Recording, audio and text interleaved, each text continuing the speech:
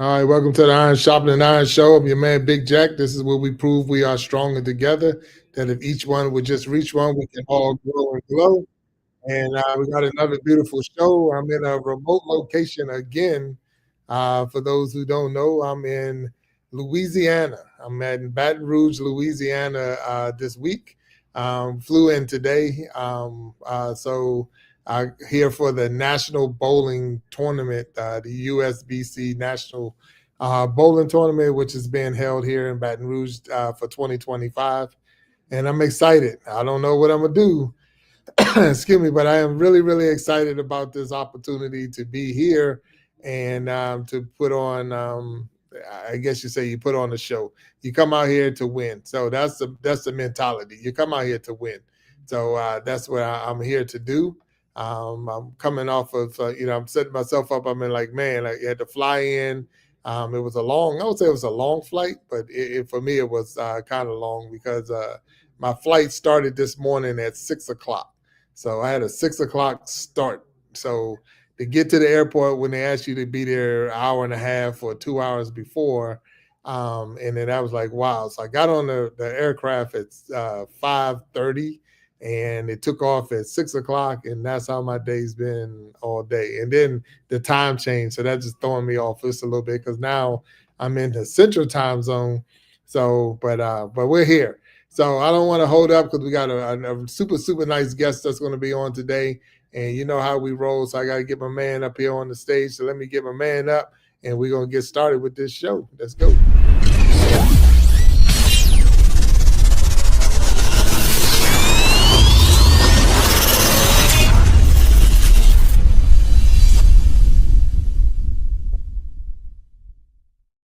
Walt Talks. What's up, my brother? How you doing?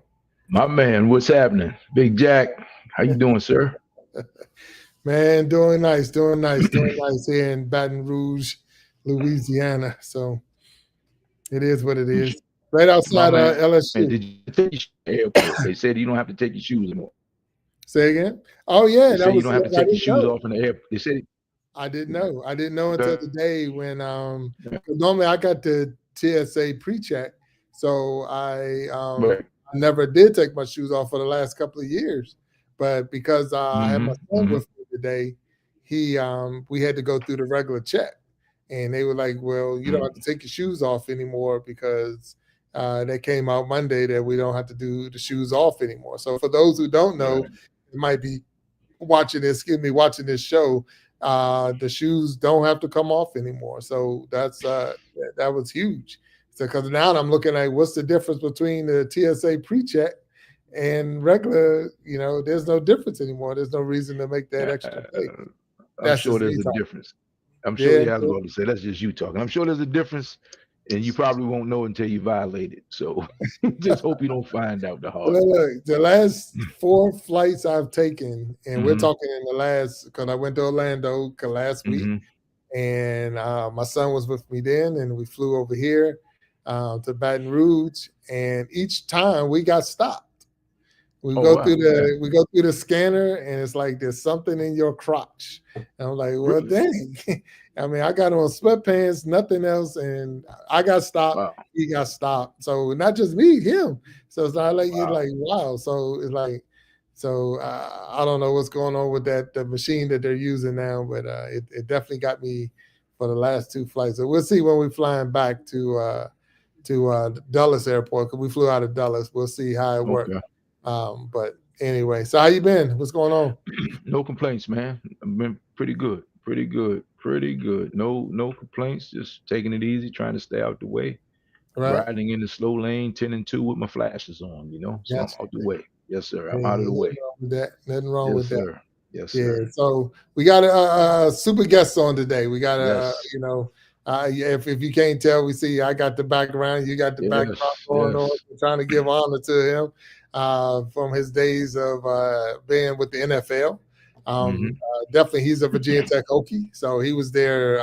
He left the year I came in, so he was more of that year of '88, and I came in '89. So, but the pictures on the wall, the legendary you know, to be able to know him. And he's a golfer. He knows how to, you know, hit that ball from, you know. So I've been in a couple of tournaments with him. So it's super exciting to even say he's going to be here with us as a guest. So I want to get him up on the show so we can get started. You want to get him up on the show? Let's get him up here. Here we go. Let's get it.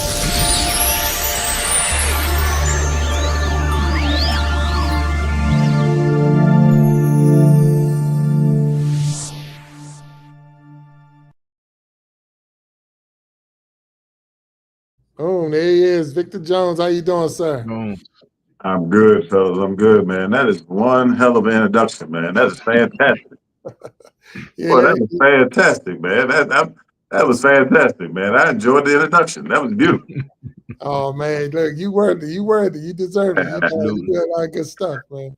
So you're on the Iron Sharpening Iron Show. You know, this is my man Walt Talks up here. We got you, Mr. Victor Jones, here with us, and I'm super excited that you're here on the show with us. I mean, it's like I say, when you're going into college and you have a person that's coming out that's going to the league, it only lets you know that it was possible. You know, it's not like it was never heard of and things like that.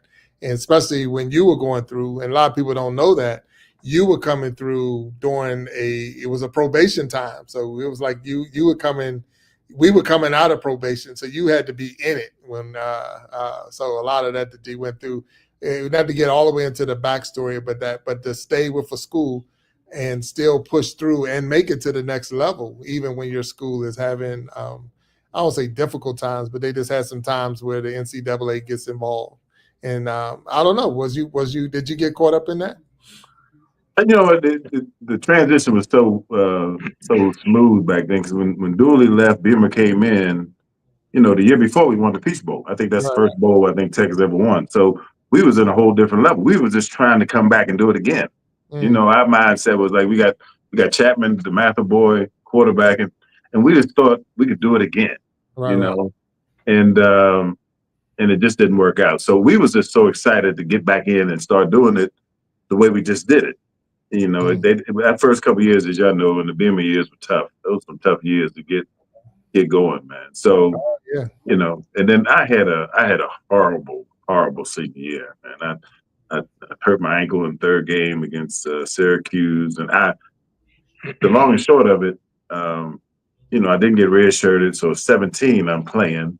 Now I'm 20, and I'm my fourth year, and I'm ready. At this point, I'm like, I'm done. I had no idea that I had a chance to play in the league, because we didn't have no one telling us anything. All we had was us. You know what I mean? It was just a new system, so nobody was really helping us. You know. And it was just us trying to figure it out, you know, what was going on. So I had no idea where I stood, what position I was in. You know, I just transitioned from outside to inside, and I was killing it. And then I got hurt, you know. So then I'm sitting in the locker room at halftime, true story, playing Syracuse, and I take my pads off. I'm like, I'm done, man. I'm done. Because in my mind, I'm like, okay, you can't, you want a red shirt, but I don't want to do that, you know. I'm at this point now where I just want to do my 5th year without football, be a regular student, and figure this thing out. And I told him I would do that. I told Beamer and who was the defense coach, linebacker coach? Foster. So Bud was my coach, right? And me and Bud had a wonderful relationship, man. You know, we were talking, because think about this. I'm 20, Bud might be 28. Wow. Okay, yeah, that's true. Yeah, you know, we on the same conversation pretty much. We just talking. I remember one day walking on the field, Bud said, "Hey, just don't let me mess you up." I said, "I got you." You know. So I was just trying to get, you know, my mind was, okay, I've been working through these 4 years. I'm gonna get this 5th year, be a student, get my grades up, figure out what's going on. And they told me, no, if you can give me what you got, I take it. I said, okay, I'll give you what I got. And I played a half a game or a quarter. I wasn't the same, you know. Then we go to West Virginia, like game 9 and 10. I dislocate my shoulder. Now I'm hopping in the sling. Wow. And fellas, I'm telling you, when I dislocated my shoulder, West Virginia, I had no idea I would ever play football again. Right. Wow. No idea, man. I'm sitting at home at Christmas, ain't worked out, ain't done a thing. My dad comes in the house, brings mail in because I wasn't picking up the mail because I ain't had no bills. You know what I'm getting mail for? And he comes in the house. Hey, dog. He called me Head. He said, Head, you got a letter from the NFL. I said, what? Wow. He opened it up and said, dog, you invited to the combine. I said, you got to be kidding me, man. I got up off the couch that day, walked across the street, and started working out again. Right. Wow. Hey, That's a heck of a story. That's a heck of a story because I'm sitting there, I'm listening to you, and now you're definitely at the college level and talking about going into the NFL. But I remember, and Walt talks definitely. I talk about when I was in high school, because you don't think you're doing your job. You just on the field, you're doing your thing. You don't realize that. You don't think that you're like, I'm just doing what they tell me to do. Right. Then to end up getting injured, and I broke 2 vertebrae. I'm in the 4th game of my senior year. And again, just like you said, my pads are off. And I'm thinking I'm never going to put these back on. When they took those pads off of me and they put me in the ambulance and all of that. And then they say, okay, well, this is what it is. You got 2 broken vertebrae. Been broke for 6 months, but they're broke. So here we go. And you're gonna have surgery. And so now I'm like, I better get my grades together because the football is not going to do it anymore. Those days are done. And I started looking at different schools because I'm coming out of PG County. I started looking at Bowie State and Towson and Montgomery Community College had a team at that time. I'm looking at all of these teams, and my coach is like, "What are you doing?" My high school coach. And I'm like, I gotta get something. I gotta go to school. I can't, I messed around way too much, and I was still being recruited. And I was like, this is crazy because schools are still sending me cards and sending me invites and this and that. And I wasn't at that, like I said, I didn't get to the level where you ended up being. But even to get a full ride to a Division I school after having the injury, that was a career-ending type injury that required a lot of surgery, and then to get picked by a school that only had 12 scholarships, and that was the thing, like they want you, and they only got 12 because that's coming out of probation. So Virginia Tech is coming out of the probation, and I was like, I know they're not wasting it, so like, what? It must be something, and to hear you tell that story. Because in my mind for years, I'm thinking, nobody will believe it if you tell it. Nobody goes through what you're going through. But at the same time, it's like, it's not your senior year. And that's a big thing I tell a lot of guys, especially in high school. They think they're going to get to their senior and they're going to blow up. And that's when it's going to be, I said, it's your junior year. That sophomore, junior year, that's a lot of times with the especially at college, and I'm not sure, maybe it is something in the pro level that they're looking at saying there's something about them that I want that. So congratulations for sure. Oh no, it's truly a blessing, man. I don't know how it happened, to be honest with you, man. I have no idea what happened. Hear what I do know, Walt and Jack. I do know when I got to the combine, I called my dad from Indianapolis.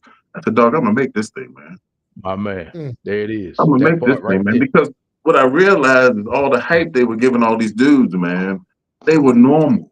These jokers were normal. You know what I mean? And I was like, oh, dog, I'm going to make this thing, man, because I know I got this. Because I tell you right now, I had this. Mentally, I was more this than anything. Right. I knew the game. I had that thing down to a science, man. The game slowed up for me, fellas, my sophomore year in high school. Wow. I was looking at people's faces. So my freshman year in Virginia Tech, the reason why I didn't get rich, only me and Tyrone Branson didn't get redshirt that whole year. We had like 45 guys.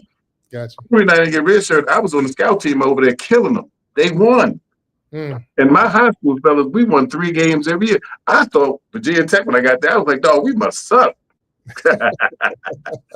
You know what I mean? Coach Beamer Dooley kept saying, hey, get number 34. What you gonna do? I said, the only way I'm gonna stop if you move me down there. You know? Yeah. Wow. So the game changed right away, man.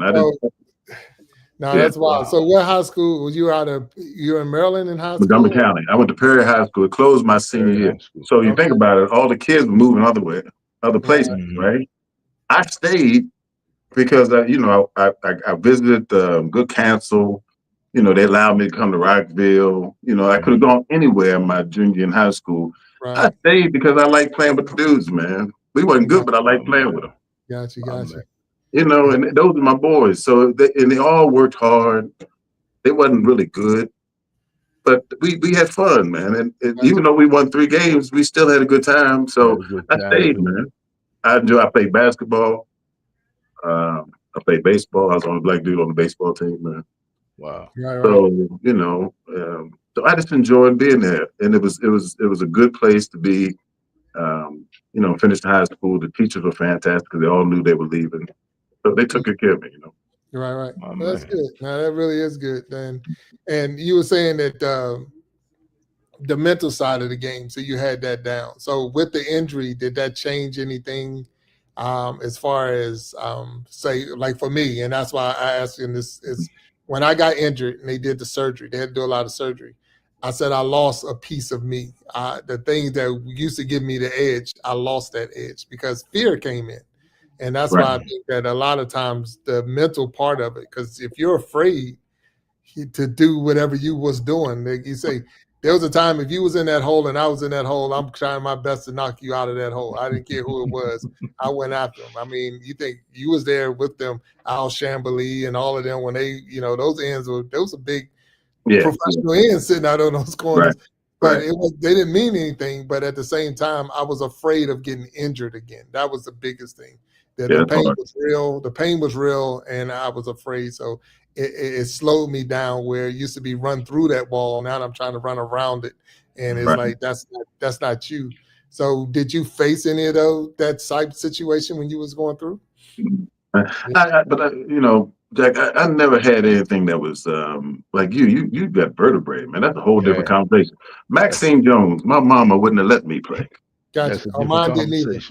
Mine didn't either. Man, Maxine Jones would have cut me off on the little fun she was sending me. So I'd have struggled down there. You know what I mean? Maxine Jones was not going. So you're at a whole different level. I believe you though. Once the middle game get in place, that game is scary, man. Oh yeah. So it's funny because you saying that because I remember when I'm in high school, and we wasn't sure what it was, so they're still trying to figure it out. And my mom sent a letter to the principal of the school, to the head coach of the school, do not put him on the field because in my mind, I'm getting out on the field. So if they still letting me dress, there's nothing wrong with me getting out on the field. So it's like, do not let him get on the field. And she meant it, and they didn't. And I'm like, dude, I could get out there at least just one. I could just be a decoy.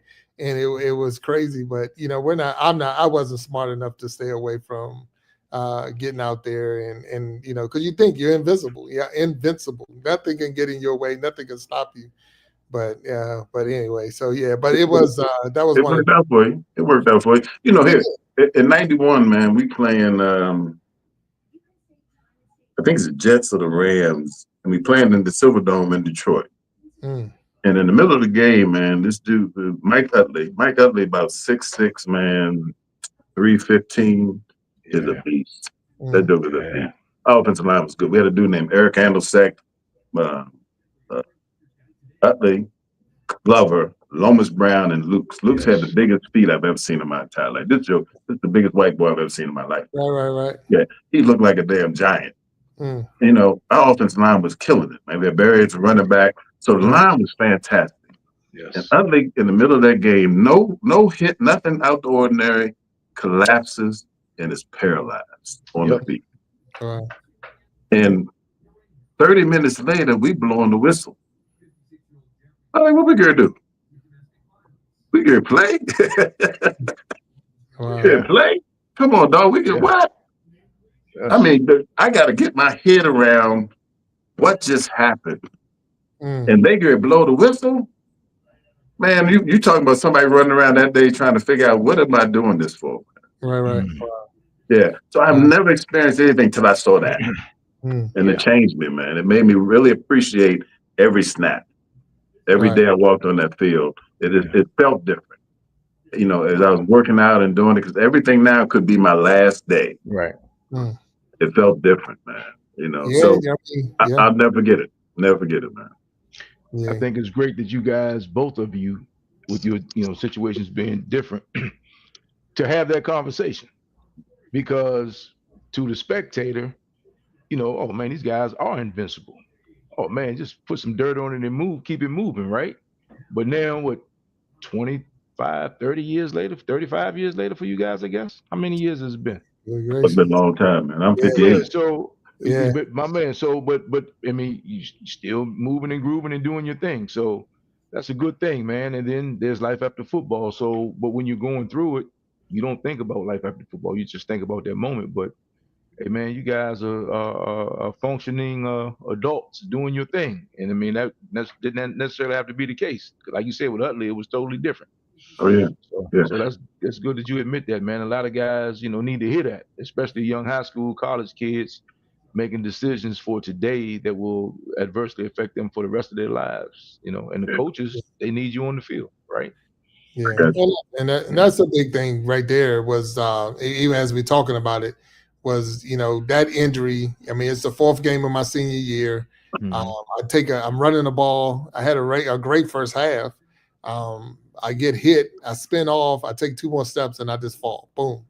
Wow. And I'm like, I can't even feel my right leg. My right leg I can't feel it. It's like I cannot feel it. Something that I jumped up because I'm upset because I got such a weak tackle and I fell right back down to the ground. And like, oh, wait a minute, I don't have a right leg. It's not there. It's not doing what it's supposed to do. And so I just laid there and I waited. But by that time, and Walt, we talked about it before, I'll tell you, Vic, I was up to 6 pills a half.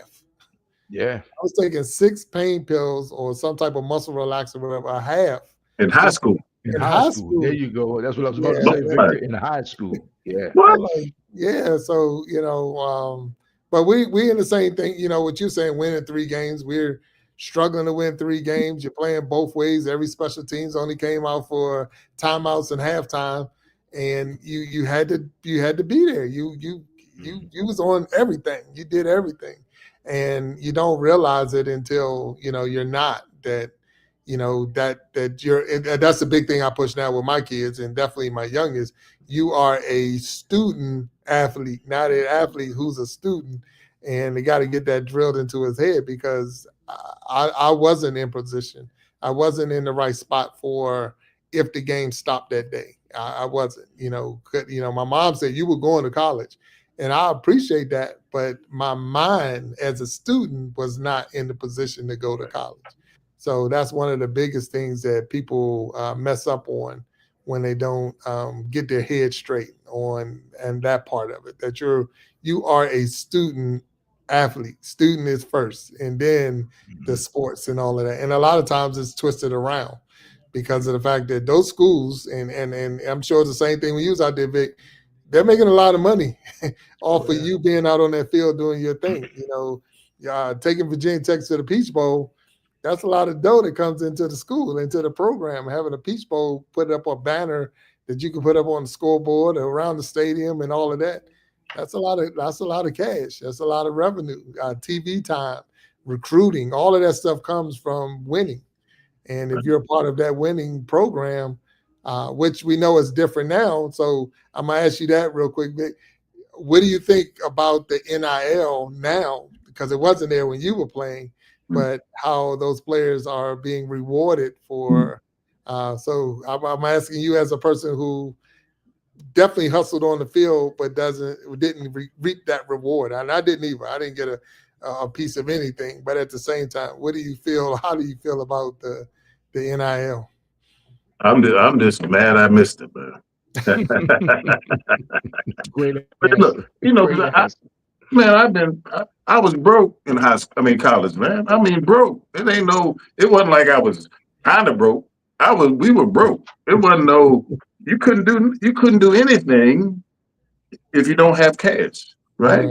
And then it wasn't like we could get a job. Wasn't like we can go create no funds anywhere. So we really had a full-time job, and I remember putting coins together to make 169 to get a 2-piece of Famous Recipe.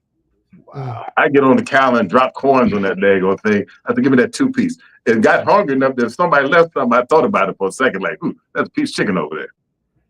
We were broke, man. And then some guys didn't even have I had both my parents. My mom was a hairstylist. My dad had worked for a pharmaceutical company down in Bethesda, so they doing okay. We we rich enough to be broke in a different category.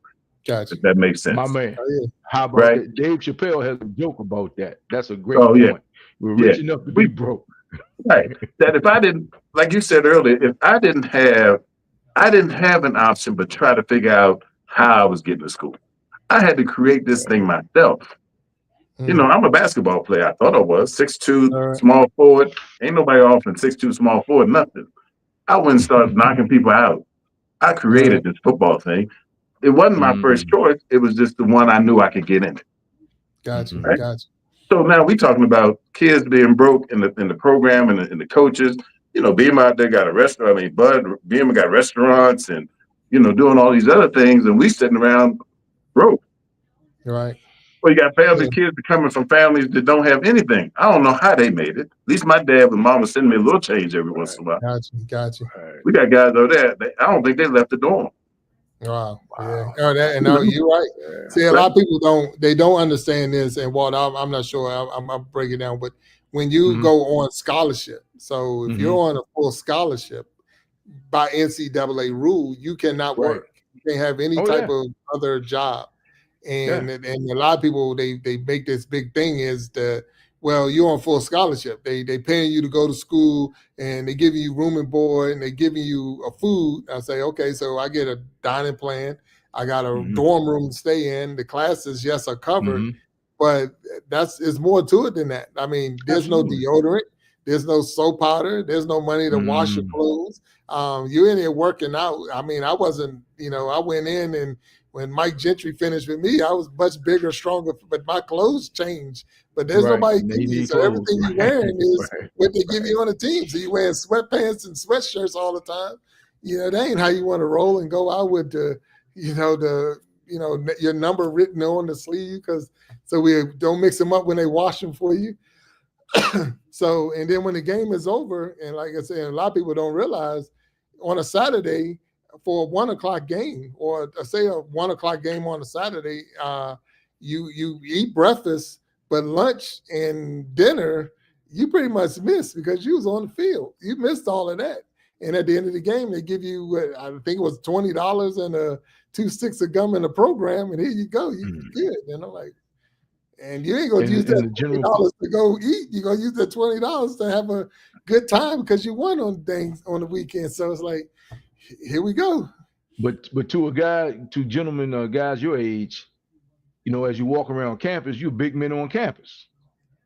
But nobody knows what you. I mean, that's what my man. There it is, big broke men on campus. But nobody really knows what you're really going through. And of course, again, once you start not complaining, but talking about your situation, man, you just need to you just ought to be happy that you're here and getting a free education. Right. I get it, man. Well, that's where the NIL makes 100. I mean, that's what NIL makes sense to me, and there has to still be a balance. But I get it 100% because everybody's eating off of you guys except for you guys, right? No, Dave Everett's still down there. Dave played with us when I was there. So Dave is still in financial gifting part of it at Tech, and I was down there not this past spring game, but the one before. And him and I went out to dinner. We was talking because he's never left. He's been there the whole time, And him and I was talking. He said, "Vic, in your position, the amount of games you played, I think you really got you for about 200." What? 200,000, man. Wow. I'd have taken that extra year for 200,000. 100%. I'd have put them pads back on in that locker room that day and said, "I got you." We go and give me that next year too. I might take this 5th year. Yeah, because you got to think, man, we had all kinds of years then. Yeah, because that next level is not guaranteed, man. When I got out, we had 140 guys fighting for 47. How many parents are making $200,000 right now today? Right. Think about it. Yeah, even combined. So yeah. Yeah, I mean, yeah. So yeah, man. I mean, just and I'm talking about across the nation. So yeah, that's a big deal. And then if you do something with it, that's a heck of a head start. But I mean, if you just go buy cars and party and clothes, then it's not. But this is what I tell people all the time. Well, that's what the public wants to hear. Right. We got to realize the majority of these kids are going to Georgetown Prep, and Loudoun County and all these private schools, they educated. You know why? Because they got parents like me now that ain't gonna let that happen. There you go. Now, usually when we were going through it, our parents had no idea what was going on. Right. First time through. Right. First time through. We just trying to figure it out. People say, "Did you have anybody to call home to?" What I'm gonna ask them? Right. Right. They haven't experienced what we gonna talk about? Right. They have no idea what I'm doing over here. This is the first time I'm figuring this thing out on my own every day. Yeah. But this generation that's in here now, they got me. Right. Right. I ain't gonna let him buy a car, spend that money, and do all this other thing. You know why? Because I raised that joker not to be afraid of me, but it's still some fear in there. Oh, 100%. But he can still have a conversation. 100%. Right. You hear me? So this new generation, these guys out here making this money, give it to them because it's going to change their lives. Because 95% of them aren't going to make the league. Here's a surprise, fellas. Right. It ain't going to happen. Right. And then again, it's like when you go into any class in college and they say, look to the left, look to the right. One of you won't be here, right? In the football or sports is the same thing, but just no one thinks it's going to happen to them. Everybody thinks it's going to be someone else. So you were 100% right, man. I mean, and that's a good thing, you know. Like I said, and hopefully, that's a great way for people to get a leg up, get a head start, man. And hopefully, people maximize that. And guys like you're having those conversations, and you're not afraid to have those conversations. That's the thing. You're not afraid to have those conversations. Whereas our generation, you know, our parents had not experienced anything like that. So they're almost embarrassed to have the conversations because they don't know as much as you know and don't want you to know that. It's different, man. So kudos to both of you guys. No, good. And that's definitely good talk. So I want to make sure we're going to take a quick break and we're going to come back and discuss your life after the NFL. And you know, or maybe if you want to talk some more on the NFL, but we're going to talk. So let's take a quick break. I want to recognize, I see Niecy Jackson out there. Phil Duh, hello. Yoli Motivates is out there. Hello, and how you doing? B and Sharon Jackson's out there, I know for sure. And if I'm missing anybody, I don't want to say I miss you. I just want to make sure we acknowledge you from Baton Rouge, Louisiana. And we thank you. We got Victor Jones on today and Walt Talk. So let me drop this quick commercial break and we'll be right back on the Iron Sharpening Iron Show. Get ready for the ultimate live experience. Join us on stage where music, poetry, and comedy collide in a night to remember. Top musicians, spoken word artists, and comedians come together for a unique and unforgettable show. From soulful melodies to side-splitting jokes, this jam-packed event has it all. So sit back, relax, and enjoy the ride as we bring you the best of the best in this one-of-a-kind performance. Are you ready for the next We Be Jammin' Live?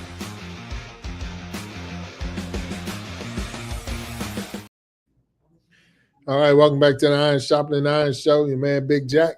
And yes, you just saw it. So we know the last Saturday of every month, we do the We Be Jammin' live show where we get musical artists up on the stage and we try to give them an opportunity to show their stuff. We pull their videos. We got comedians, poets, and all. We really, really do have a good time out there, and we have fun. We definitely have fun.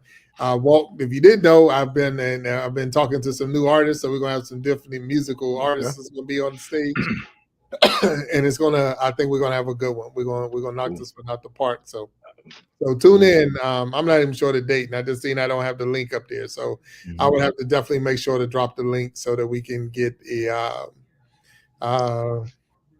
We Be Jammin' live highlighted and get it promoted some more. So Vic, you didn't know, so I'm just sharing that with you. But the last Saturday of the month we do that, and that's the We Be Jammin'. So that's just something else to have some fun and promote those who got that musical talent. So I'm not sure in all your experiences, do you got that musical?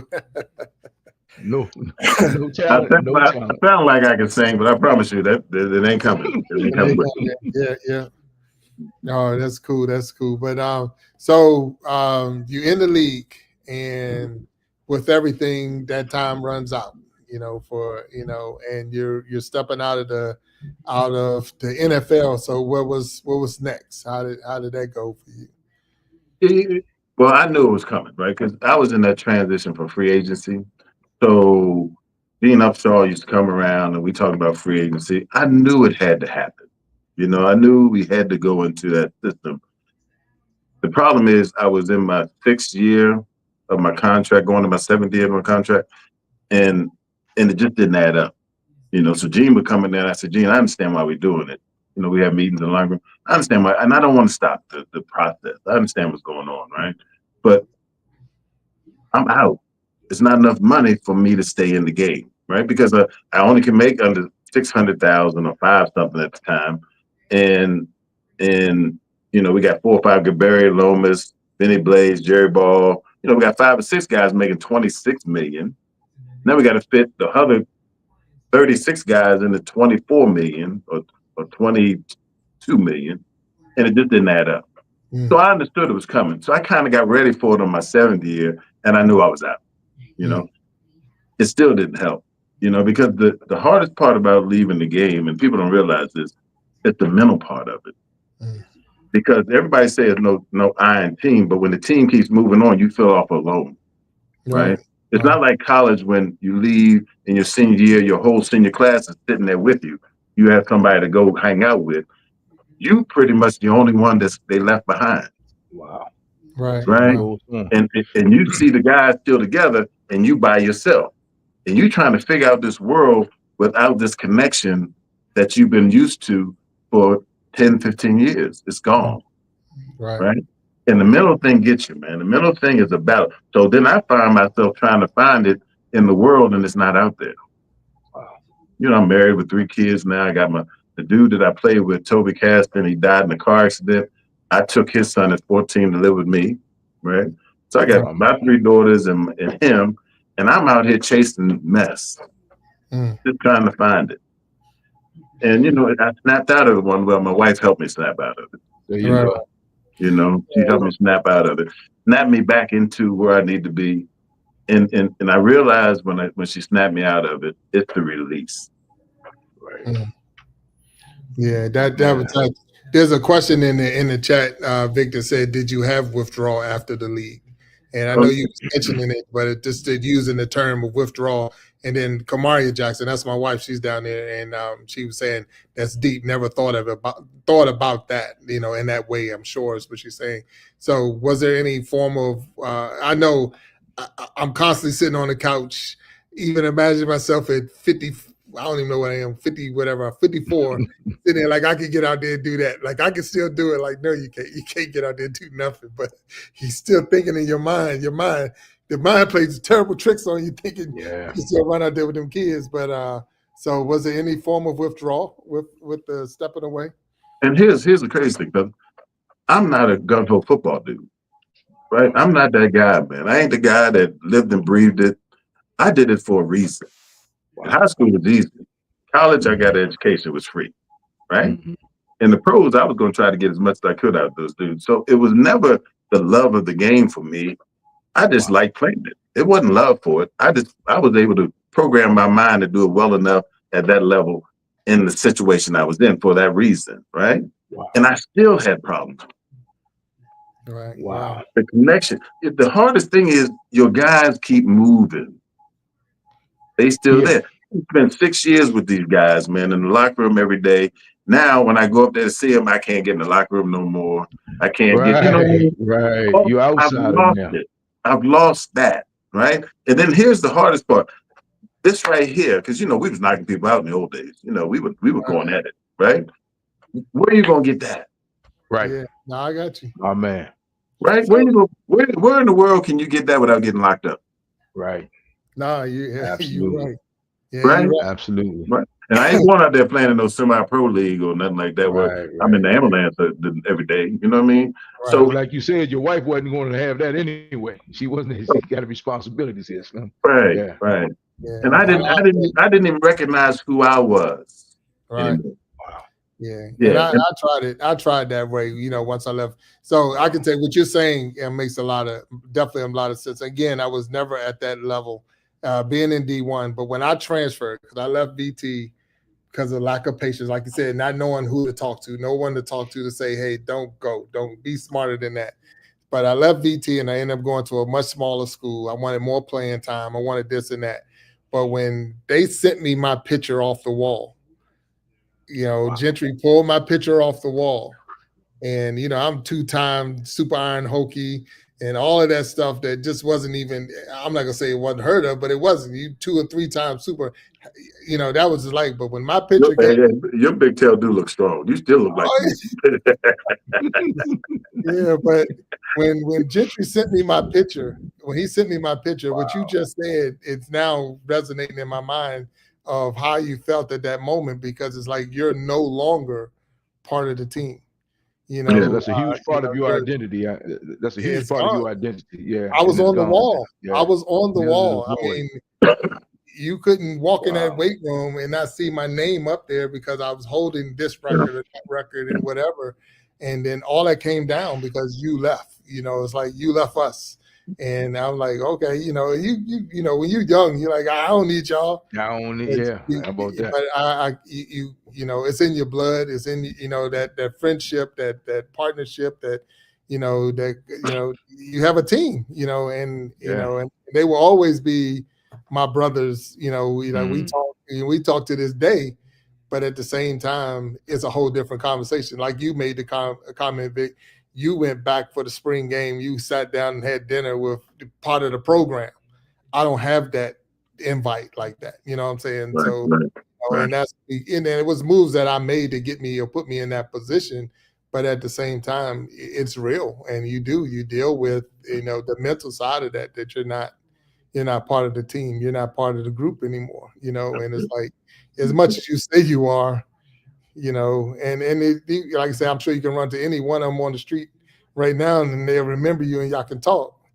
But like you say, they got memories that you don't have because they moved on a little bit further than you did. So that's cool. So what happened after the league? So now your wife, snap out of it, put you on track, and where did we go? Oh no, I mean, I was still doing. I mean, I moved my family to North Carolina. Outside of Charlotte, we tried to find a place because I knew we weren't going to stay in Michigan. The weather was just crazy, and I didn't want to come back to DC, So we chose Charlotte just because it was new and pretty much we could do anything. So the first gig I took, fellas, I took a pharmaceutical sales job. Okay. And I took the job with Ventus because I never had a job before. I mean, really, I've never had a job before. My dad maybe do landscaping before my junior year, maybe work for the county. Had to be there at 5:30 in the morning. He knew what he was doing. That joker made sure that I was going to college. After doing that, I said, the hell with that. I ain't doing this. My way. Yes, Lord. What I need to do to get in college? What I need to do to figure this out? You know what I mean? So he did it on purpose. I knew why. But I hadn't had a job in my whole life that wasn't football. So the first job I took was pharmaceutical sales. It gave me a chance to figure out how this whole business thing worked. I learned the pharmacokinetics of it was amazing. But just to be in that surrounded with people, you got intelligent, smart people, it just took me to a whole different level, man. And then I just tried to figure out what I wanted to do in the Charlotte area that made sense, right? And the first business I opened up was mental health facilities for at-risk kids. I thought I would have loved working with the kids. And I did that for about 13 years, right? Until the recession came in. And I sprinkled in some other little stuff in there, like we had a bridal salon, you had a manufacturing tie business. We did some stuff like that. And then when the whole recession hit in 2008, 9, we had a day spa, and we pretty much suffered. We struggled. I let you know that football thing, if you don't learn anything, but I take Virginia Tech. Virginia Tech gave me one thing: we ain't gonna give up. Right. We're gonna fight to the end. Right. You know what I mean? That mentality that I took with me out of Blacksburg was phenomenal. We gonna work to the end, right? So it ain't no chance to give up. Ain't no chance to complain. My wife and I just put the bootstraps on. We got kids, man. We got college. We got all these other things. We got to figure out how to make this thing work. Yeah, I got kids in college now. We trying to figure out what we're gonna do. And I got a call from a friend of ours that said they had a job for State Farm, and I ain't had a job since the pharmaceutical gig, right? I did that for about 4 years. Now I'm doing my own thing for years, and they hired me. I don't know how these people hired me. It was the most amazing thing. So every once in a while, you need a gift, man. Yeah. But You your need a work gift. ethic and all that stuff is Right, there, man. It's right, solid, and people right, see that. And right, people see that. So yeah, right, I mean, yeah, that skill set travels right, to wherever you go. So that's a right, good thing, and people see that. Yeah. right. And they hired me, and I did that for a couple of years. I was a recruiter and recruiting agents. And the craziest thing about this, in 28, when I moved to Charlotte, a guy named Will Brooks, I moved in the neighborhood. The neighborhood I moved in was only 2 other black families in there. One was the vice president of Wachovia Bank, and Will Brooks was a State Farm agent, and me, right? And they walked me up the street one day. These old men walked me up the street one day and gave me the lay of the land. I never forget it. Wow. And Will Brooks tried to get me at 29 years old to be a State Farm agent. I looked this man in his face and said, I ain't selling no damn insurance. Come on, man. How'd that work out for you? Yeah, exactly. I should have listened, right? That's what I get, right? Oh And man. hindsight 2020, when I saw the whole package, it just made too much sense because everybody got to have it. All right. Yeah. There you go. And the way I look at it, right now, it's like an annuity. Yes. Wow. Yeah, it's an annuity, man. So I was just blessed, man, to have options, man. And like you said, well, I worked for them. I ain't never give up. Oh, yeah. I reinvented myself My man. multiple times, man. Multiple times. Man. And everybody don't get that, So once you get out of your own way and don't worry about what people think in the middle, man, it's easy, I would imagine, right? You don't get caught up in the, oh man, what do people think? Oh, he's doing this, he's doing that. But so what? I mean, like, hey man, I always appreciate a story like that. One, you're sharing it with people because a lot of people don't see that, right? Even as a State Farm agent, they just see the successful guy. Right. But nobody sees what you had to go through to be there. Just like being an athlete, especially a student athlete or a pro athlete. No one sees the practices at 6 o'clock in the morning, the no dinner after the game, you're the big man on campus, don't have $1 in your pocket. No one sees that, man. So that's one of the harsh realities of life, man. So to share that for people to understand it, and I'm sure you seem like a guy that you had the youth facility, so I'm sure you still mentor kids, and then you got 3 or 4 of your own. So I mean, people see that. I mean, that pays dividends, and down the road, it's really going to pay off for you because you'll have successful adults under your tutelage, and they'll be like, wow, they were listening. So that's a good thing. That's a great thing. I'll tell you, if the league taught me anything, it taught me that life isn't fair. Once you know that, it's a wrap. Once you know it's that, a wrap, man. Yeah. Life is not fair, right? Yeah. When I got to Tampa, now I'm a last round draft pick. When I get to Tampa, every morning at 5:30, you can hear them knocking on doors in the dorm. You can hear them 5:30 in the morning. You can hear them. So like clockwork, fellas. I'm waking up at 5:25 every morning. I only need an alarm. I'm waking up at 5:25 every morning, sitting up in my bed, waiting for the knock. And every day that thing would go, skip me. Wow. Man. And when you got to the locker room at 6:37, because we had to be there early, right, rookies, right?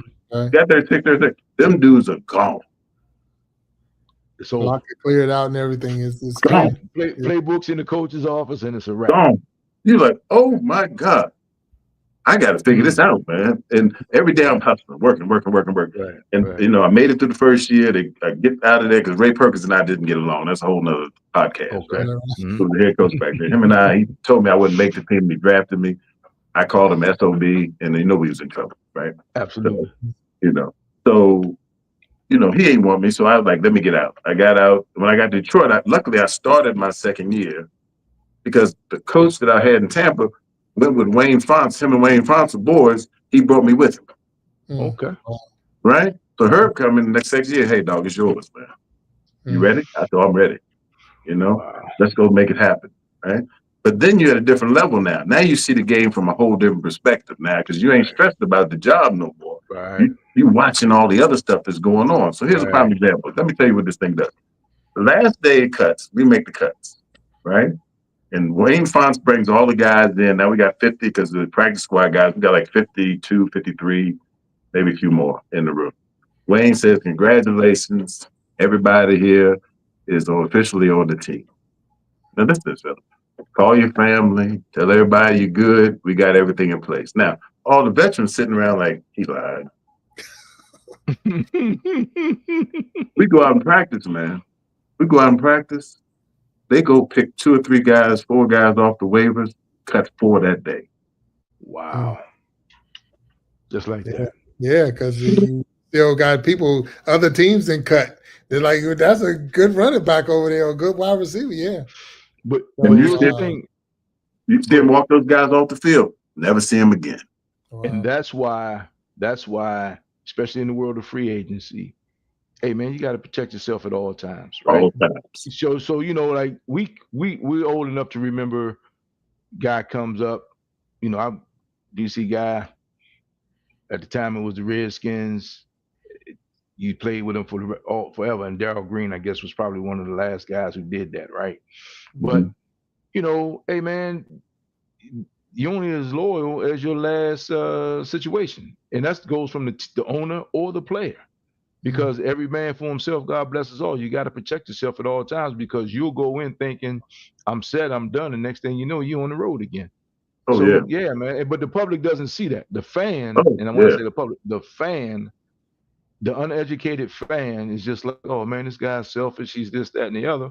But like you said, you're the one waking up at 5:25 every night, every morning, knowing that somebody's door is getting ready to get knocked on. You understand that, what's happening, the business of it.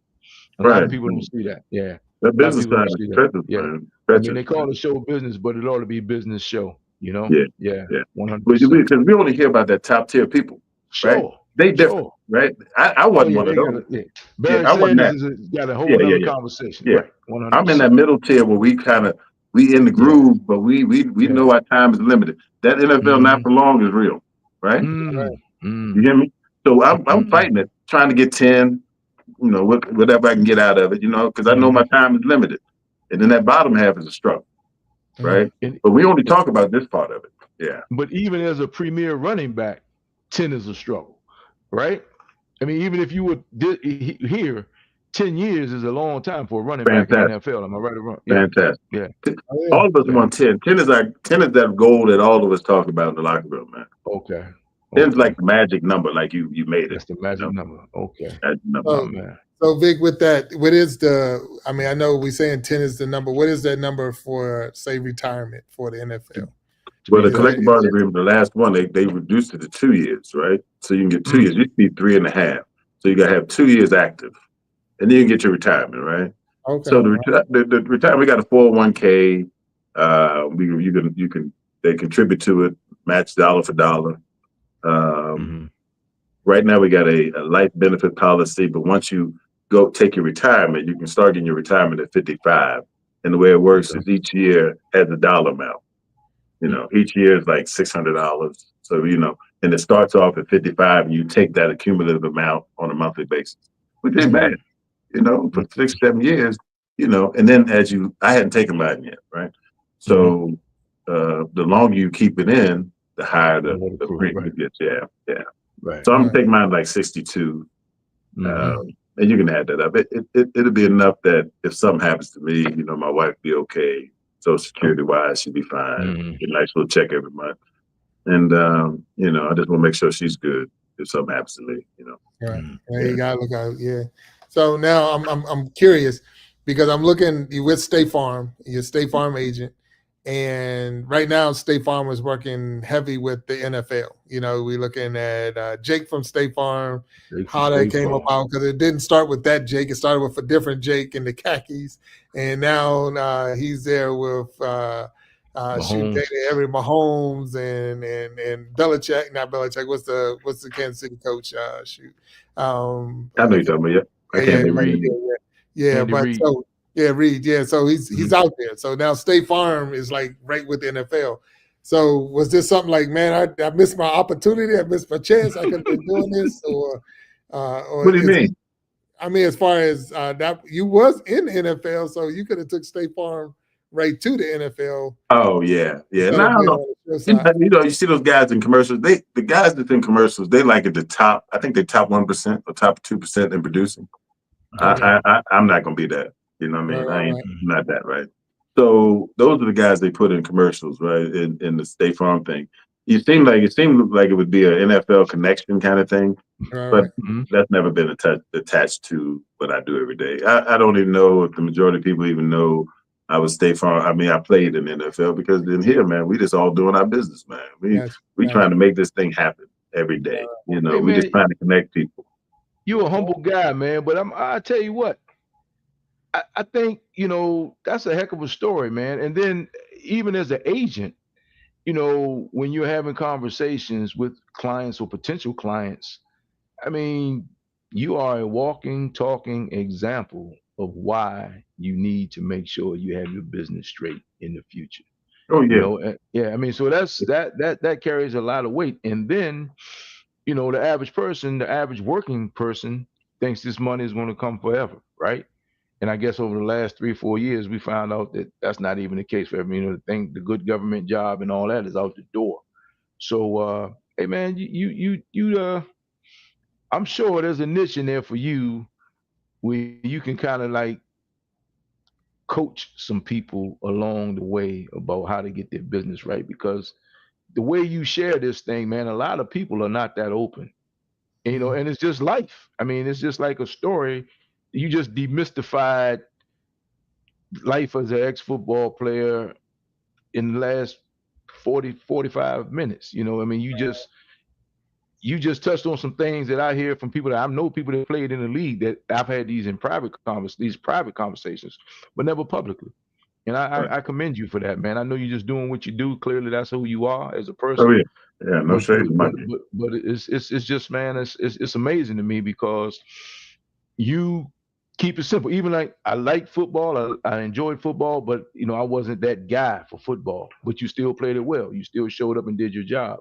And a lot of people won't even say that publicly. And I just think, man, that's pretty cool because you still did your job, you produced, but you had a firm grasp on your position, where you were, your status, and what could and cannot happen for you, and where you may or may not be, after your tenure was up. So I commend you for that, 100%. Appreciate that, Walt. Yeah. Yeah, Yeah. that is good stuff. Now, and I don't want to take away because I know Vic, you are an agent and you have now. How does it work? Do you have your own? How does it work? You're an agent. You walk in. It's like a room full of agents that State Farm owns the business, and you just work for State Farm, or you have your own franchise in a sense. I got you. Yeah. So right now I'm in my office now, right? So answer your question, Walt. You see, I'm the only office in the United States.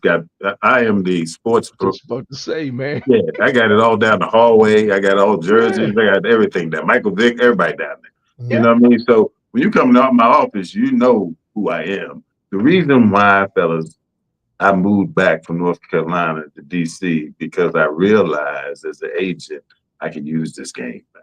Oh man, there you go. Gotcha. Right? Because Yes, around here is weight, right? Yeah, I'm the yeah. kid from the county that I Yes, know sir. I know all these people. Right, You right. know, I know these guys. I The know native I know. son. Yeah, I'm that guy, right? Yeah. I'm the one that made it. That everybody, so all I got to do is have some common sense and run a business like I'm supposed to Man, run it. there you And it go. can't be half. I got to No, be 100 all the time. all the time. Yeah. Yes, sir. 100 all the time. So my days, Yes, sir. the people that work for me, we 100. Or That's work with beautiful, me. I man. like that a little better. The people that I work got with you. me are 100. We don't play. We don't miss nothing. We don't play around. We on top of our game, right? So the whole State Farm industry, the way it works is the best scenario I can give you, Jack, Mhm. is we are Chick-fil-A of fast food. Okay. Because everybody understands Chick-fil-A, the method. Absolutely. You have to find a way to get into the program. Same way you got to find a way to get in the State Farm program.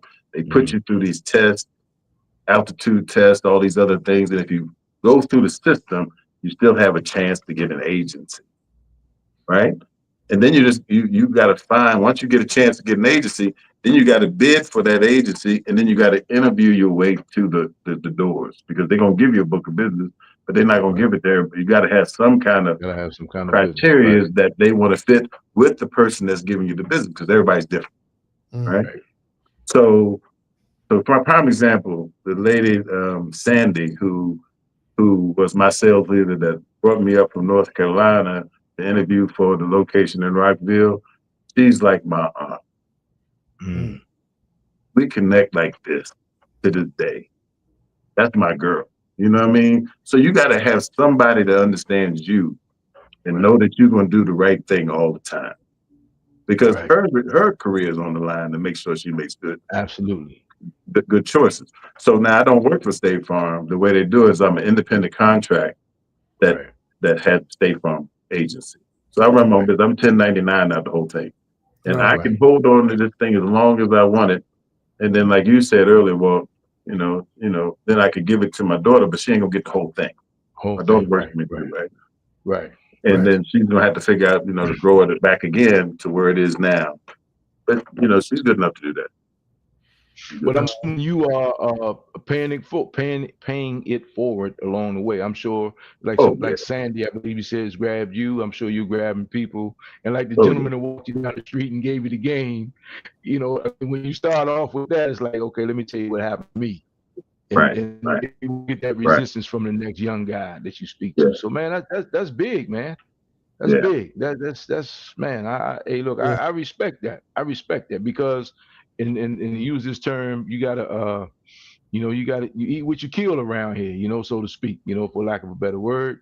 I mean, that's what it is, man. You gotta build the business, you gotta eat, and it's a relationship.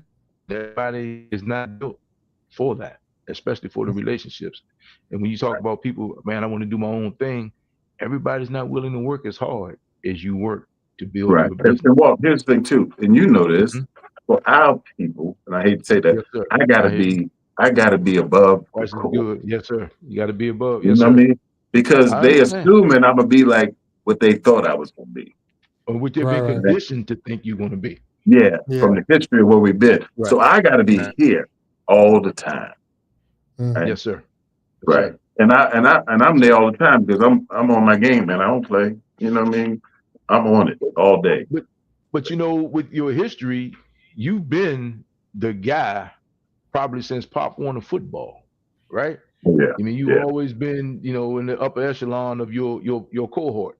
So, like I said, man, to go into and grind every day and with your team and figure it out, that's a heck of a thing, man. And a lot of people, like you said, when football or that status has become their identity, a lot of people can't get past that, man. So kudos to you and your wife for getting past that and you making it happen, because a lot of people can't make it happen.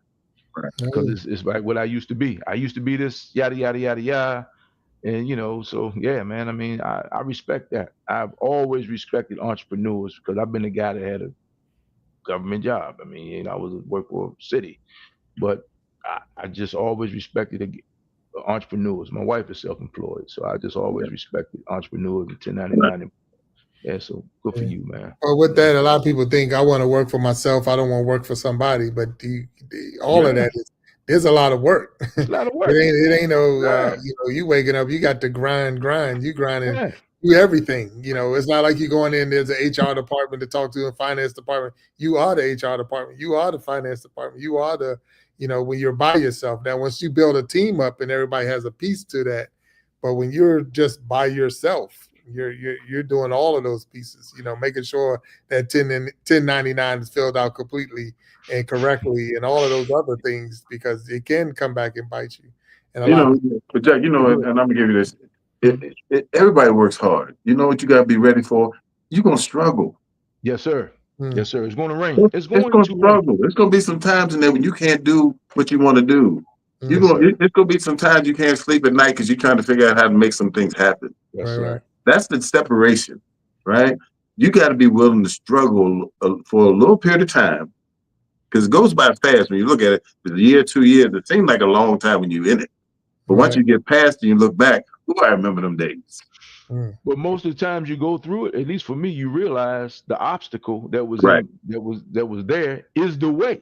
Getting through that obstacle is the only way to go. The only way, one way to get it. One way to get it, man. And once you figure that out, it's like cool. And let me say this too, man. You got to think, in your line of work, you don't get to hit anybody, so to speak, but you still get the accolades, you still get the relationships, you still get to talk to Right. people, you Right. still get to help Right. folks. Right. So all those things that you got, like coming up, the adulation and all that. I mean, hey man, and even with the State Farm insurance companies, I mean, with the commercials from State Farm, Jake has made it even cool to be an insurance guy. You know Yeah. what I mean? Because the Jake's the insurance guy man. used to be the guy with the plaid suit and the Yeah. striped pants back in the day, you know. So that's cool, man. So I think you could parlay that into a few commercials, man. I think I'm a State Farm guy myself. I think you could parlay that into a few commercials, man. Hey, look, I'd vote for you. I'd vote for you. All right, I'm gonna send this tape into the executive office tomorrow. Oh yeah, Yeah, I'd vote 100%. for you, man, for sure. 100%. We'll cut some of them clips for you. But even with that, even okay. having that game or having the game background, you know, like I say, you talked about the mental side of the game and now taking it into the office. There's a play. We have to put a plan together. We have to have a plan to execute to win. You know, it's not just like we're not just going out there. We practice this thing. We put it all together. We got a plan together, and if everything moves the right way, we're going to win. It's going to be successful. You know, like I'll tell anybody that every play that's ever drawn on especially on the offensive side, every play on the board is designed to score.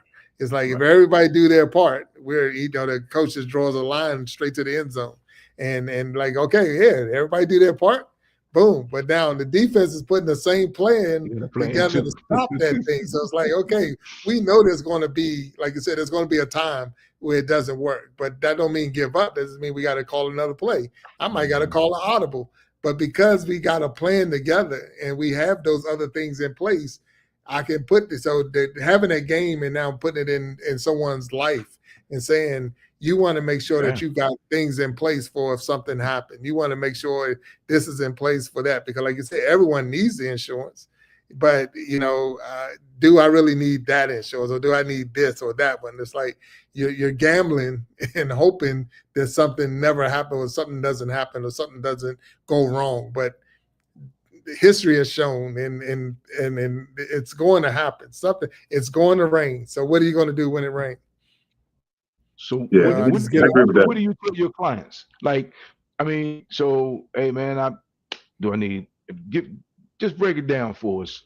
We need life insurance. We need, give us the whole life, the whole 9 yards. If you could break it down for the novice, because demystify the insurance game if you can. Right. And Jack, go back to where you said the plan. I don't know. I don't have peace if I don't have a plan. Okay. I don't have peace if I don't have. I tell my girls that, man. We got to figure out a plan, man. Plan. Right. I'm gonna go with my plan until God stops me. Right. You hear me? And then he stops me. Then I'm gonna find the other plan. We're gonna go plan B. Right. Plan B. But I'm gonna go with the plan until he stops me. So the insurance game is simple, fellas. It's complicated, but it's simple. Right. Mm-hmm. You got auto insurance, which is natural. All of us know that game, right? Mm-hmm. The reason why we have different liabilities, because if you cause an accident, they can take money out your pocket. So I tell people you got low liabilities. If they really want the money, they're gonna have to get it out your pocket, right? If you got 100, 300, or 250, 500, that's less chance they're gonna take money out your pocket. Right. So the insurance industry is about, if I do make a loss, how much money will this insurance company front me before they try to get that money out of my pocket? Okay. Right. So home insurance is very simple. You can't have a mortgage without home insurance, because if something happens to the home, they want to make sure you can rebuild it. Right. And then when you don't have a mortgage, they let you pay it out of your pocket because they don't care. They don't care. They don't care. Right? That's true. So those are two parts of it, right? Then we go to life insurance, which is my pet peeve for everybody. Okay. There's one guarantee that we all have. We all out of here. The old way, my people used to say, I'm going to take mine with me. Right? Good luck. But when I'm going, I'm taking it all with me. Right? That makes no damn sense to me. Right? You're going to leave your family out here with nothing. Or they got them over here going GoFundMe. They do a burial site and all this other stuff. When we could have put this plan in place and they could make a difference. Because the only way you can generate wealth if you don't have it is die. How about that? That's why when people say they're worth more dead than alive, 100%. Yeah. And then, so you're saying the whole term, universal, whatever it is, you got to fit what you got in your pockets, because we don't want to put another burden on you that you got more than you can spend. That's ludicrous. Right. Right. But if I can get you a term policy for 30 years, and Lord, I hope you make it and live past it, whatever number that is. We don't want you to die, but in case you do, here we go. And I can give you, and I can go drive, and I do it all the time. I can drive to your house, knock on the door, and say, Miss So and So, here's a check that your husband put in place for $100,000.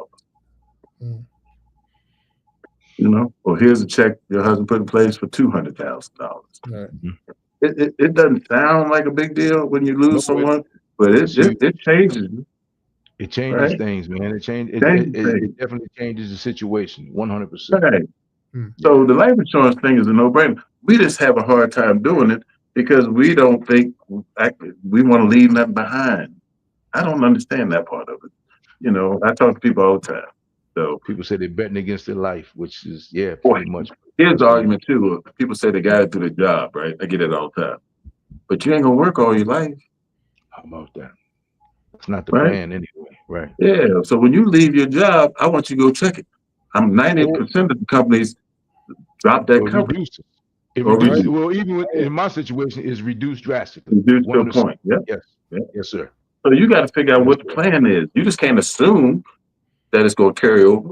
We got to have a plan and talk about it, and then whatever the gap is and the difference is, we can fix that gap. Maybe that is a term policy. Right. So every scenario is a little different, right? And then we handle some health stuff too. We do like hospital income stuff. You know, we do a lot of subsidizing health insurance and things like that. In Virginia, we do health insurance. So we cover all the gamuts. We financial services. We cover everything. Yeah. So it's just a matter of getting in the office, and we just get people. The majority of people come to us. Yeah. Now, are all the agents that you work with, like you say, you have a team, are they all qualified to hit all areas, or do each one specialty? Yeah. Okay. You can get licensed in any state you want nowadays. Yeah. You can get licensed. I just do the DMV because I don't want to stress myself out too much. So I do DC, Maryland, Virginia. All right. I can go to Pennsylvania, but that's just, if I got to drive up to Pennsylvania every once in a while, that's just, I'm not there yet. You know. That's right. So I just try to make my life a little easier, and I do the DMV, and it works. We got enough people in this circle. Yeah. I tell people I like competition. Competition keeps our prices down too, right? Yeah, I don't want to be the only. I don't want to be the only insurance agency in the DMV. Then our price is gonna be high as I don't know what. I don't like paying my own insurance. I know I don't. I know you don't like that. But it goes back to when you walked in the combine and called your father and said, you know, I'm good. I'm going to make this, because you realize that everybody's trying to figure it out. No one has all the answers. And the person like yourself who accepts that, the fact that, hey man, competition is good. You know, competition is good. And then you don't have to cut people's throat because it's not a zero-sum game. You don't have to cut people's throat to get clients because there's enough people out here for everyone. So that's a great mentality, man. I just tell my boys, I said, man, let me run it and see if I can save you money. If I can't save you any money, please don't come over here and spend more money. That makes no sense to me either. That makes no sense to you either, right? That's it. So, Vic, there was a question in the, and I know that's a little bit off the topic, but there's a question. It said there's a 57 on the picture on the back of behind you on the wall. It said, "Who's the 57?" That's me. You know, that's the play we played. So everybody probably remembers when we played the Skins in '92 in RFK for the NFC Championship game. That's the only time we won a playoff game, was that game right there. So we played the Cowboys the week before at the Silverdome in Pontiac, Michigan. We with Troy Aikman and all them and Novacek and all that. We beat them. Now, don't get me wrong. They went to a whole different level after we beat them. Right? I think they won like 4 or 5 Super Bowls, something crazy. But it was a big deal for us because that's the first time Detroit has ever won a Super Bowl. I mean, ever won a playoff game, I think ever. Wow. So that was the play. You know, I started that game too. So, you know, I recovered the fumbles running off the field. And I think we was up by 20 at that point. So somebody took a picture of it and I framed it. No, that's what's up. That's what's up. Yeah.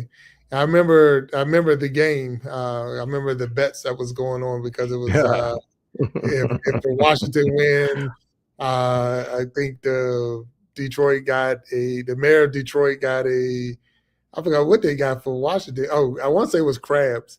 But then if Detroit win, I remember they were selling lion meat in the grocery stores and everything.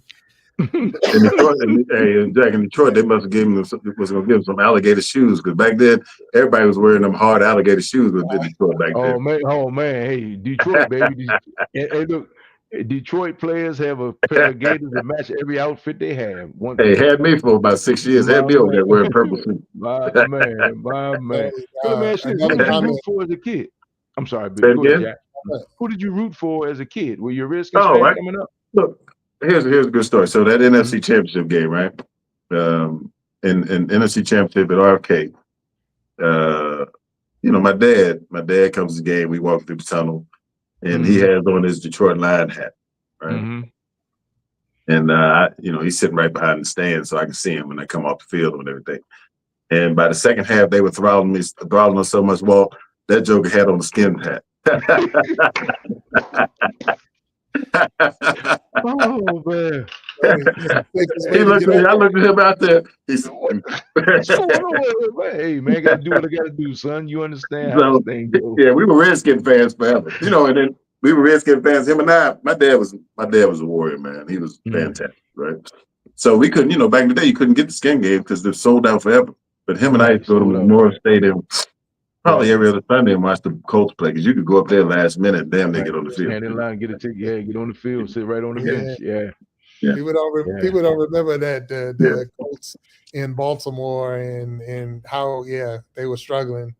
Then they made that move. So Julius Adams, if you remember that name, or if you played. Yeah. So in the chat, Yoli motivates, saying that was her father-in-law. So her father-in-law is Julius Adams, and he was saying he might have played in his era. So I'm just saying that it's in the chat. So that's what's up. So it's cool to and Walt, I've told you that before. They say even though Vic was off the field when I got there, but there's a lot of players that's now that were in the league and this and that, and you can say, I was at that level. I played on the field with this person or that person. So I know, and I'm not sure because I've never been at your level again, and we say that, but you got Sanders on the other side and your defense, and Barry's on the other side. I'm sure in some type of practice there was I don't know, do y'all ever ones versus ones? Hey, we never tackled that joker. Right. Okay. It wasn't worth it. Right. Man, you realize that this dude was, I can't explain to you guys, that we would get on the sideline after our defensive front and go through all that stuff. Our whole team got off the bench to watch him. Wow. It was that good, huh? I mean, my goodness. I can't even explain that. The only thing about this, I want to put this in perspective for you so you understand what I'm talking about. Emmitt Smith was okay. You know why? He had Aikman, the biggest offensive line in the history of football. Absolutely. He had a tight end, Novacek. He had Michael Irvin and Harper over there. So when we go to Cleveland, we like, they can't put 400 in the air on us. He's going to have to run the ball. You have to run the ball, right. In Detroit, we only had one threat. Y'all had Barry. Jack, you understand that, right? Yeah, they know he's going to run the ball. Right. Without a doubt. And he still can't stop. So if he was on that team, it would have been unfair. So was he, God bless the day, was he as good a person as he, it seemed like he was just a good person, man. Look, I had a guy call me, here's the story. A guy I went to high school with in Perry High School. His family's in Michigan. So every time I go to Michigan, Johnny and all those guys go to the game. It's a big family up there. So Johnny and my boy Steve called me, and they had this autograph signing event. I think that was last year. And they in the line, but they going to see Barry Sanders because he's signing jerseys and stuff, and he's sitting there, and the line's out the building, right? Wow. So they in line, and they call me, and they say, Vic, can I tell him something that maybe he can give us a conversation or take a picture with us, something different? I said, when you get up there, tell him, hey, say, Vic said, B, what's up? They called me when they got loud. They said, Vic, he spent 20 minutes talking to us. Oh, wow. Man, this dude is genuine to the core. Because so he was as genuine as Walter Payton, and that's what I was going at earlier. I didn't mention Walter Payton, but it seemed like those are just two good guys, man. Oh man, fantastic! Yeah. Barry Sanders is fantastic. That's incredible, man. Right. Fantastic, dude. He was off the charts, man. His athletic ability. So we had one day in practice. This guy, I won't call his name out, tackled him. We damn near beat his ass. Dog, this is our franchise. Or he look, Jack, you asked your question. He'd come to the hole, he'd do something, and I would tap him, and I said, "Got you, B." He said, "Really?" I said, "Hell no, I ain't had that." It was different, man. He had the jump cut before jump cut. You messing with the golden cow, man. Oh yeah, I mean the thing is, and looking at him run and looking at the film, it was like there was no bone in those ankles. So the way he could move and make that cut and still stay up and run. So I'm gonna tell you this. So, and I don't know if you ever had the chance to go against him, but I was a Bo Jackson fan, so I love Bo. I played against Bo. Yeah. So, and I know that Bo had one where he could just run through you, over you, outrun you. He wasn't too many cuts, but if he did do one or two, and he was gone. So Barry had a whole different world, in his way. But I was a Bo fan, so and to have all of those legends as we're talking at the same time, the Walter Paytons, the Barrys and the Bo Jacksons and all, and it's like wow, the 1-2 punch, because don't want to take away from Marcus Allen being out there at that time. Eric Dickerson was out there, Christian McCoy, Barry Ward. Yeah. I mean, it was just you being on the defensive side. I'm just naming weapon. I played against both those guys. Only person I can get was Walt. Walt left the year before I got in the league. I think he left like 87 or something. Okay, all right. Yeah, but I didn't get Walt. We had Anderson. And then all the other guys you named, Dickerson, I played against him, started that game against him when he was with the Colts in Indianapolis. And he ran all over us in Tampa, man. It was in everything, huh? Wow. Oh, my goodness. That joker ran on us. I thought, honestly, when I got back, I thought that was my last day. I called my dad. I said, that might have been my last game, dog. Oh, man. Hey, you answered my phone on Monday morning. I was scared to answer the phone. I was like, oh hell, this might be my last day. That's that joker ran on us, boy. That's great. Wow. So, what advice? I'm gonna ask you this because I want to make sure that we hit those who, like you said, we know that it's simple. We know car, home, life, and all insurance. But what advice would you give someone who don't have all of that? They don't have it, or even saying I can't afford all of that. It's tight out there. What advice would you give them if you could give any advice? Yeah, in the world we live in, it's half of the things we talk about is finance, right? So I understand people can't afford it, and so you got to do what you can. I don't want you to overextend yourself. We don't want that. We want to. I think we try to get like 5% of your income in some respects of it. But if you can't get that, you just got to get the bare minimum. You got to get a renter's policy, or you got to get a home policy, because if you lose something, that's harder, right? Right. We're trying to protect you from that. We don't want you to lose anything. We don't want you to file a claim, but we don't want you to lose anything either. We want to get you. Indemnity is a great word in insurance. We want to get you back to where you were. Right. That's the whole game, right? So renter's insurance, you rent a place and you don't have renter's insurance, that's ludicrous. Yeah. It's like $95 a year. Yeah. You know what I mean? But then what we're gonna do if something happens to your place, we're gonna put you up at another place while they fix your place.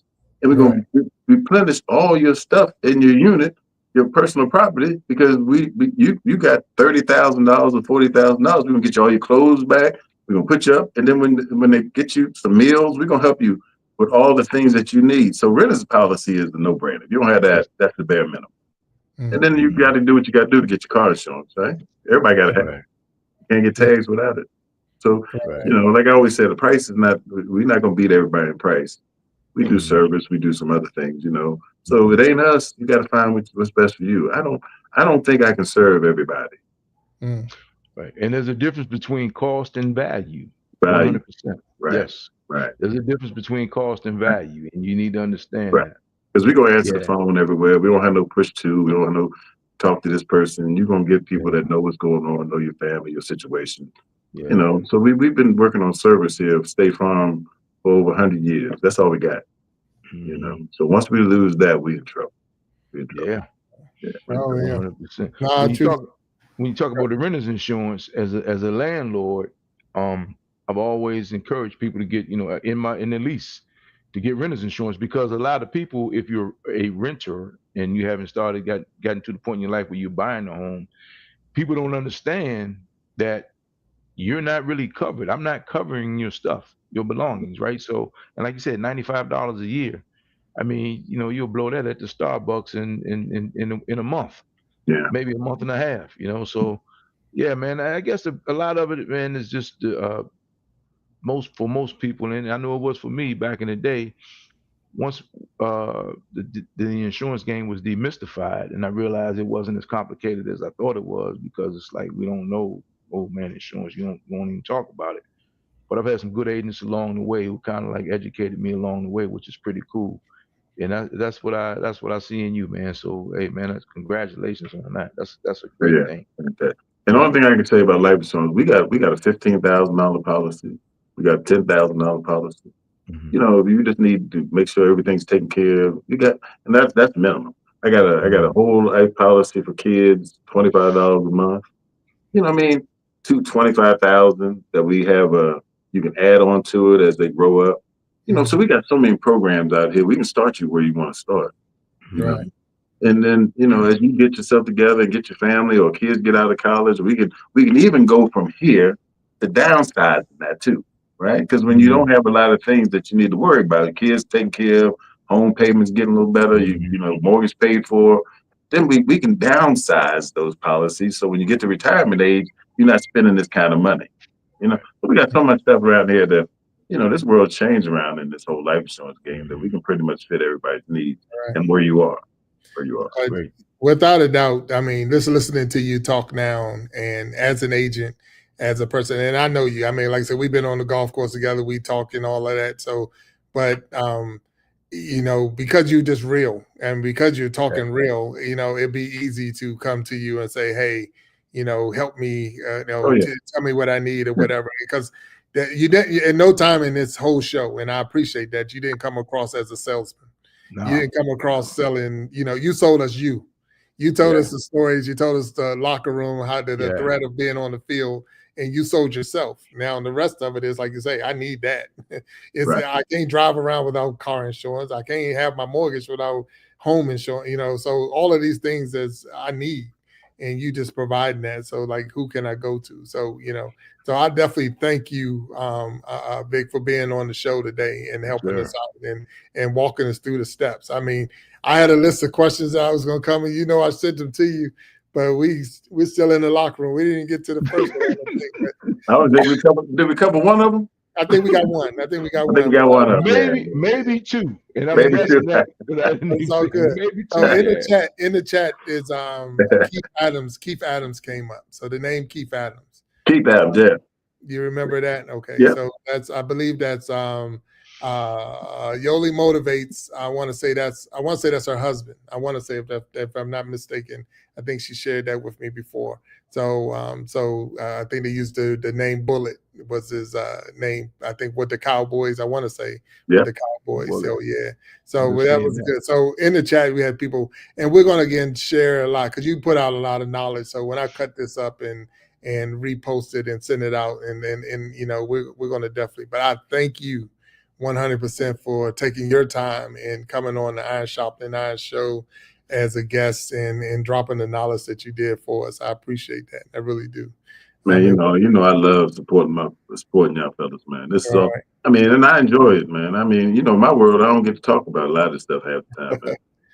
Because my family know the stories already. Hey, Dad, you're gonna tell me another story, Lord Jesus. But I appreciate you, man. I know mine feel the same way. Like we go again.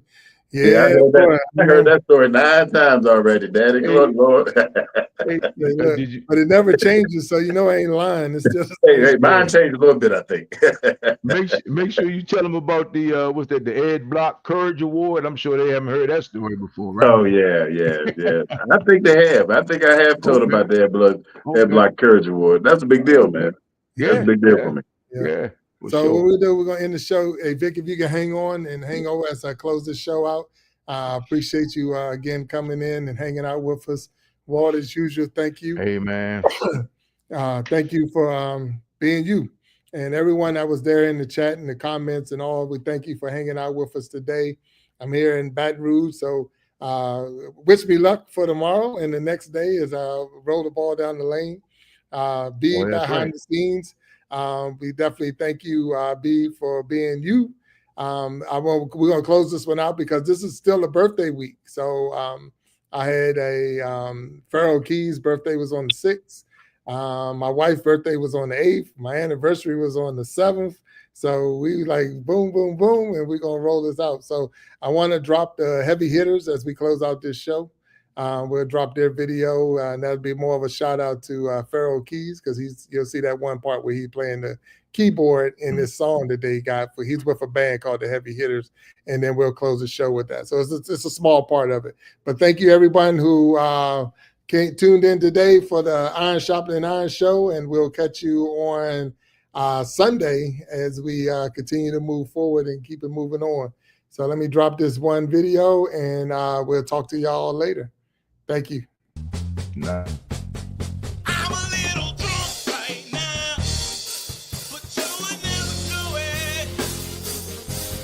I'm a little drunk right now, but you would never know it.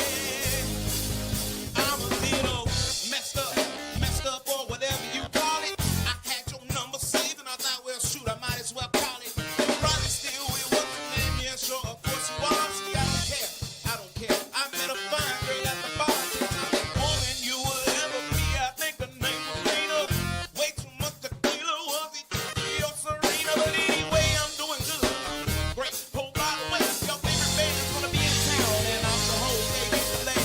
And I know you gotta take it right up close there to the stage. You hear about cancellation, just a studio tangerine. But you ain't asked who's opening up, but we're headlining is what they say. And now we're here standing face to face, screaming, I'm a little drunk right now. You would never know it. I'm a little drunk right now, but you would never know it. I'm a little drunk right now, you would never know it.